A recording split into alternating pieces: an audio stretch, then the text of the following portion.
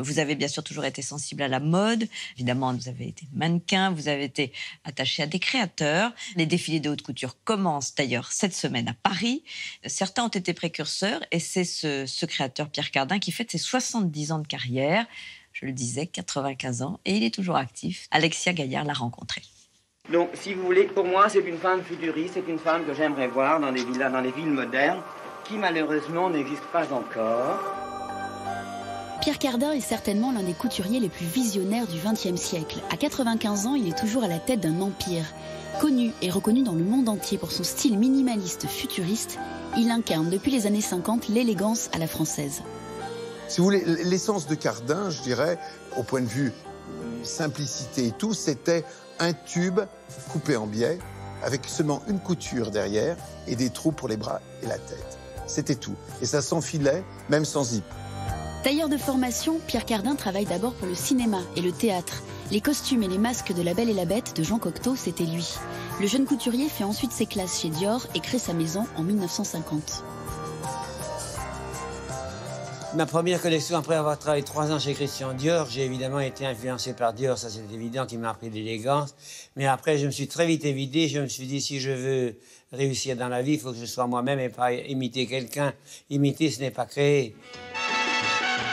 Les manteaux, à peine appuyés devant, à ampleur flottante et progressive dans le dos, et parfois de larges cols pèlerines en mitouflant.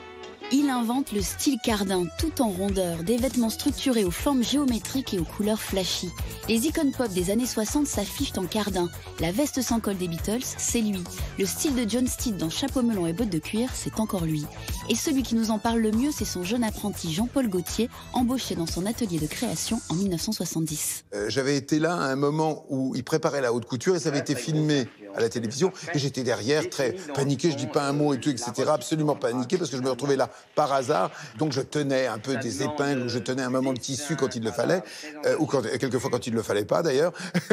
Et Et lui était en train de découper un chapeau, mais dans un cercle lui-même. C'était un premier atelier, ça veut dire qu'il avait une maîtrise totale de la coupe.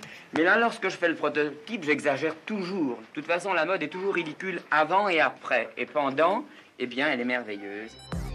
Dans les années 70, Pierre Cardin marque les esprits avec son style futuriste. C'était l'époque où il y avait le premier homme sur la Lune. Donc, il y avait cette espèce de côté futuriste qui apparaissait chez lui. Son cosmocorps, déjà le terme de cosmocorps indique le cosmos et le corps. Donc c'était des espèces de vestes ou de robes pour les femmes. Pour les hommes, c'était donc des petits gilets avec des espèces d'énormes zips. Les mélanges avec le vernis, le plastique noir, des matières assez étonnantes, plein de matériaux qui n'étaient pas vraiment utilisés dans la haute couture, qui ont influencé totalement la mode.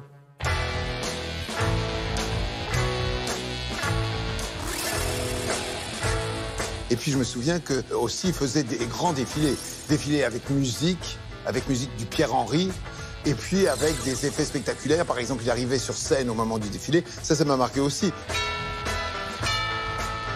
Et avec déjà dans l'esprit une chose, en fin de compte très contemporaine, que le défilé de mode était une publicité, une forme de publicité pour tout le reste, pour les ventes justement des licences, etc. Et c'était quelque chose pour que le nom ressorte.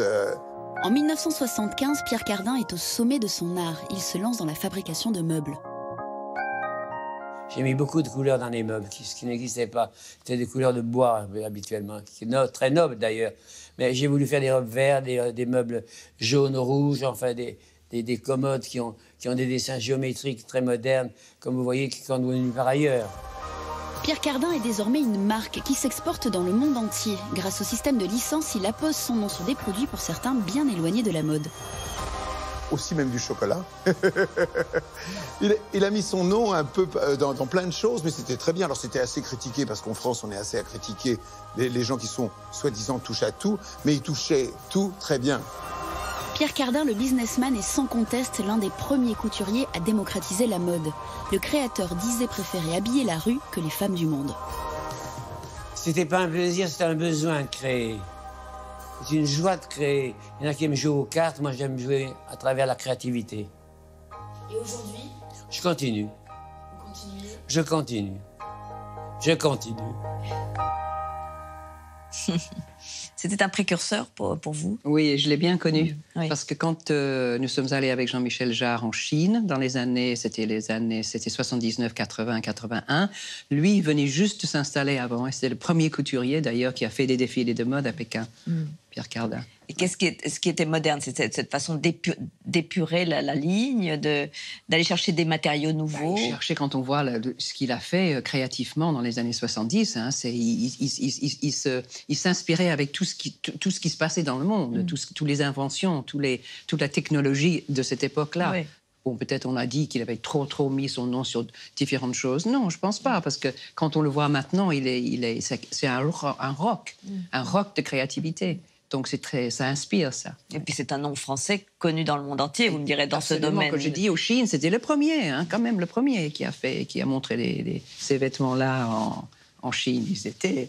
Vous avez d'ailleurs côtoyé des créateurs. Il y a eu vous êtes attaché à certains. Oui, évidemment. Si on est un être comme je suis, ma façon d'habiller illustre la façon un peu comme je suis. Et Yohji Yamamoto représentait quelque chose qui m'allait complètement. C'est une forme de liberté sans trop montrer le froufrou du fashion. It wasn't so fashion, but encore une fois, c'était un état d'être.